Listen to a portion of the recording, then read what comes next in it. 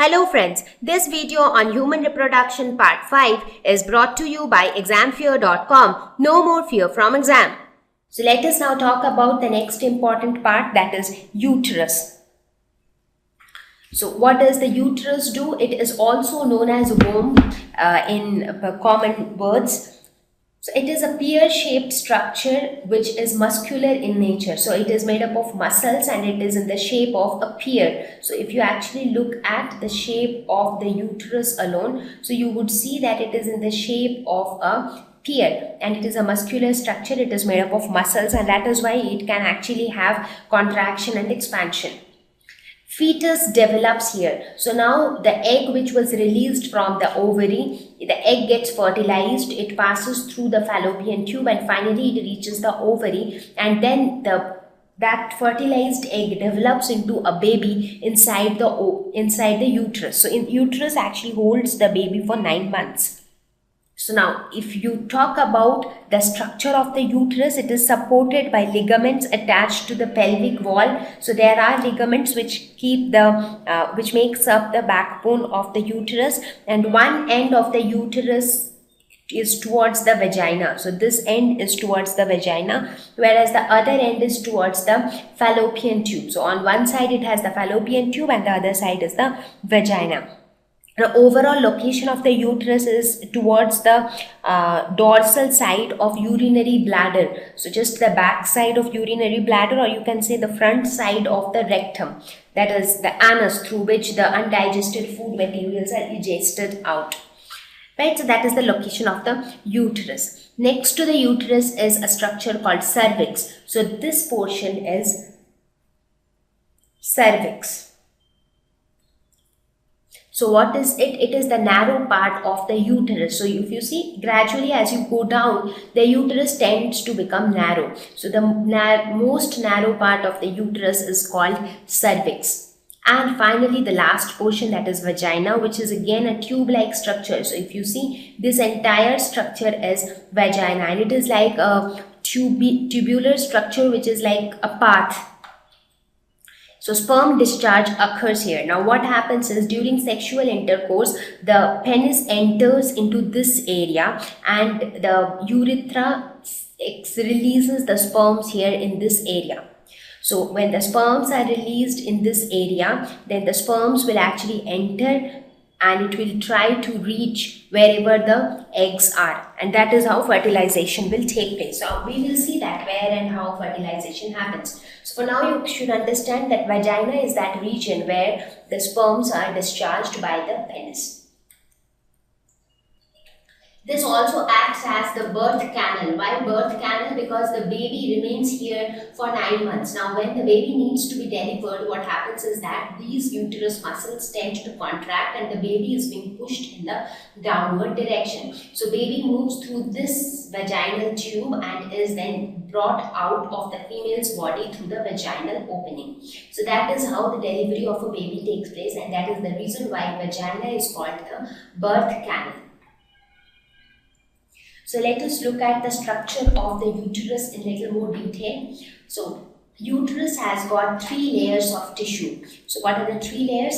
Perimetrium, myometrium and endometrium. Now this is extremely important because these 3 layers of tissues, they serve a very important purpose in the functioning of the female reproductive system. So what is perimetrium? It is the external thin layer. So if you see, this layer is the perimetrium, the external thin layer. So if you see this black line, it is very thin, right? So this is the outermost layer. And what is it made up of? It is made up of loose connective tissue.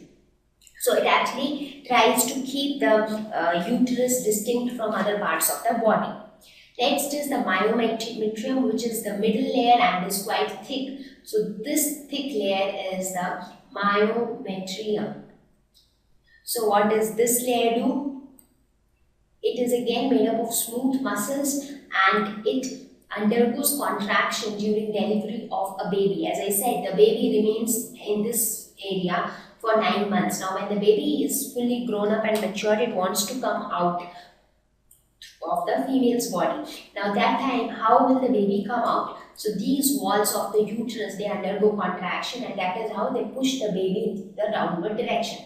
So this contraction is actually done by the middle layer, that is this thick layer called myometrium. And the innermost layer is the endometrium. So it is a granular layer, that is, granules are also present here. So this red colored layer which you see here, that is endometrium. What is its purpose? Now again, in endometrium there are two types of endometrium. One is functional endometrium and the other one is the basal endometrium. So these are the two types of endometrial layer which are present. Now what does the endometrium do? Now this functional endometrium, it arises from the basal endometrium. So basically this is the basal endometrium, and then above this is the functional endometrium. So what happens is this endometrium forms an inner lining of the uterus, and this inner lining is shed periodically if there is no pregnancy. Now what happens is this inner lining actually helps to hold the baby in place. Now when the baby sits in the uterus for quite some time, you actually need a bag-like structure which can keep the baby protected inside the body. So that kind of thick layer is actually formed by the endometrium, that is the functional endometrium. But it is not necessary that every fertilization will cause, every time there is a sexual intercourse, that is every time the male sex organ, that is penis, is inserted inside the vagina of the female, it is not necessary that fertilization will take place. Now why it is not necessary, that we will see later.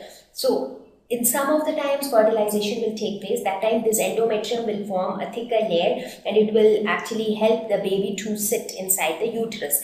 Now in case there is no fusion taking place, in that case what will happen? This layer of the endometrium will be shed. Now when this layer is shaded, what happens is, it is all made up of blood vessels, right? The inner endometrium, and that is why you see in the picture also it is being displayed in red color due to the presence of blood vessels. So this layer is shaded, and therefore the bleeding happens through the vaginal opening, and that is what is known as menstruation in females. So menstruation occurs due to the breaking of the inner endometrial layer, which leads to blood loss through the vaginal opening.